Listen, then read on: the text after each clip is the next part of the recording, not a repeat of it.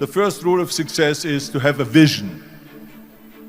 You see, if you don't have a vision of where you go, and if you don't have a goal where you go, you drift around and you never end up anywhere. It's like you can have the best ship in the world, you can have the best airplane in the world. If the pilot or the captain doesn't know where to go, it would just drift around. It would not end up anywhere, or most likely in the wrong place. So I was very fortunate that I stumbled onto my vision.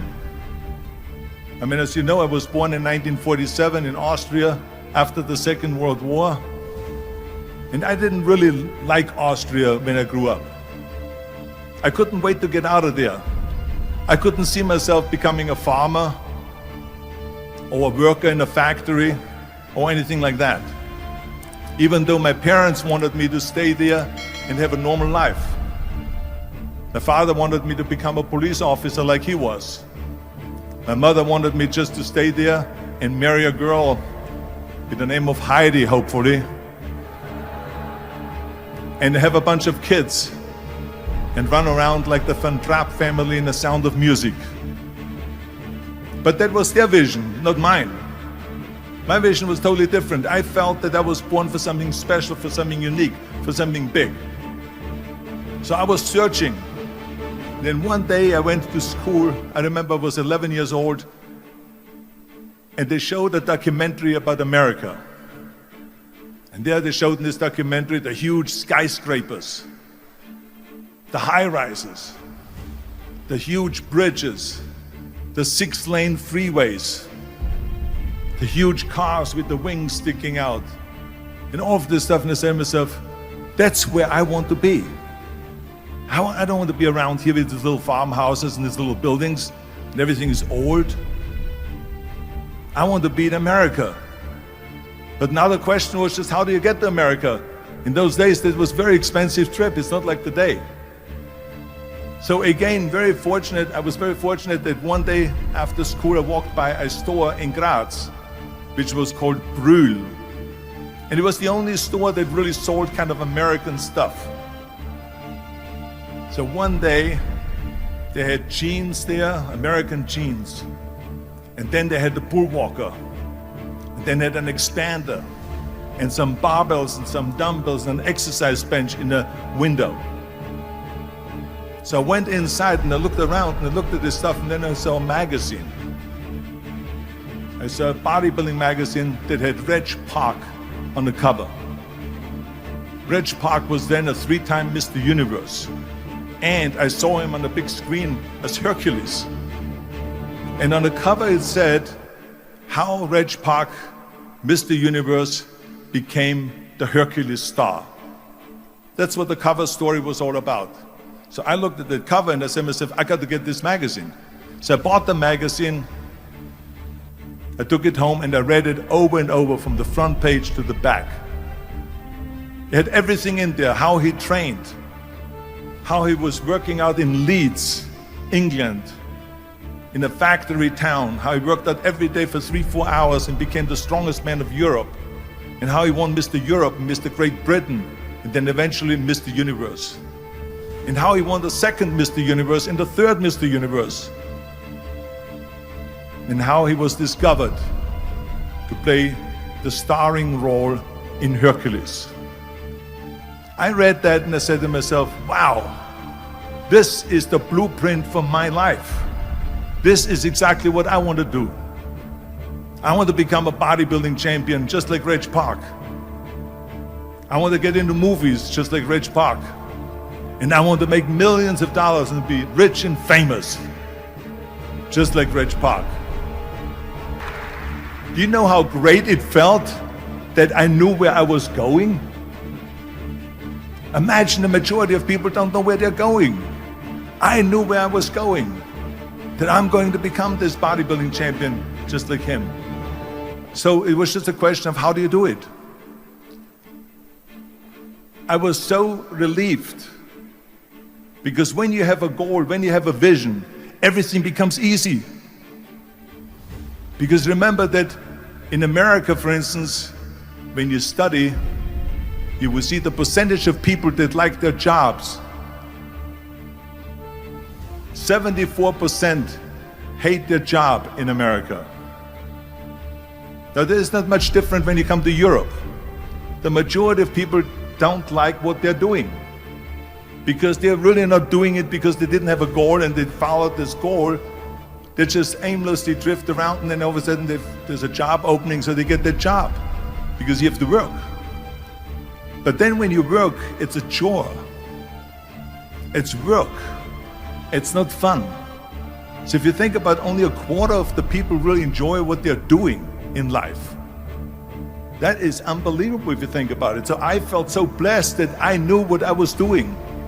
It's like a medical student that studies and knows he wants to become a doctor. You know where to go. So I knew where to go. So people always ask me, when they saw me in the gym in the pumping iron days, they say, why is it that you're working out so hard? 5 hours a day, 6 hours a day, and you have always a smile on your face. The others are working out just as hard as you do, and they look sour in the face. Why is that? And I told people all the time, I said, because to me, I'm shooting for a goal. In front of me is the Mr. Universe title. So every rep that I do gets me closer to accomplishing that goal, to make this goal, this vision, turn into reality. Every single set that I do, every repetition, every weight that I lift will get me a step closer to turn this goal into reality. So I couldn't wait to do another 500-pound squat. I couldn't wait to do another 500-pound bench press. I couldn't wait to do another 2,000 reps of sit-ups. I couldn't wait for the next exercise, for the next half hour of posing and all the kind of things that you have to do to be a champion. I felt so great knowing where I was going, and I tell you, it worked. I mean, think about it. And at the end, I was just not visualizing just my exercise, but I was really lifting the trophy over my head. That's what I was thinking about. And with the age of 20, I went to London and I won the Mr. Universe contest as the youngest Mr. Universe ever. And it was because I had a goal. And this is no different than anything else, what I'm talking about. This is not just about bodybuilding. It was the same in acting. I remember when I was doing Conan the Barbarian. I was crawling on the rocks with a sword in my arm, crawling on all four. And of course, being that it's Conan, I didn't have clothes on or anything like that, right? So I was kind of, my knees were bare, my elbows were bare and everything else. I'm crawling on the rocks. So after 10 takes, my elbows were bleeding and my knees were bleeding. And the director came to me and he said, Arnold, I'm so sorry that you have to go through this, but we need one more take, a close-up of you crawling with the sword towards the camera. Can you handle one more take?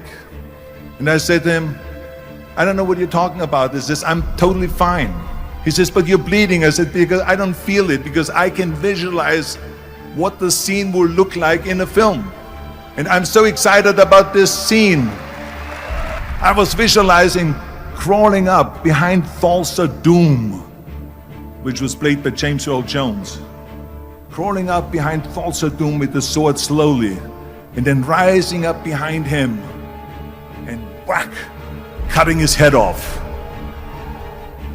And the head spins in the air, slowly with blood all over the place, and slowly falls down the steps and rolls down the steps. And his body slowly falls sideways. That was what I was visualizing, and that was very important because he, in the movie, killed my parents, killed Conan's parents. And that was revenge. And he always said that flesh is stronger than steel. And I wanted to prove to him that no, steel is stronger than flesh. And so I had this in my mind. And so this is why it didn't matter if I had to do another 50 takes or 100 takes, no matter how much I bleed on my elbows or my knees. I saw that vision of the perfect scene, and it was an important scene, and I would do it over and over again until we got it. And the same thing is also in politics. I remember that in politics, I had a very clear vision that I will be the leader of California. This is as far as I could go because I was not born in America, so I could not run for president. So being the governor of the fifth largest state, I should say the largest state, the fifth largest economy in the world, was for me really the ultimate title, the ultimate accomplishment in politics. So even though people came up to me and says, why don't you go and run for something smaller, you're never gonna make it. I ran for governor, and then 2 months later I became governor of the state of California. Again, because I had a very clear vision what I'm gonna do with California. So let me tell you something, visualizing your goal and going after it makes it fun. You got to have a purpose no matter what you do in life. You got to have a purpose.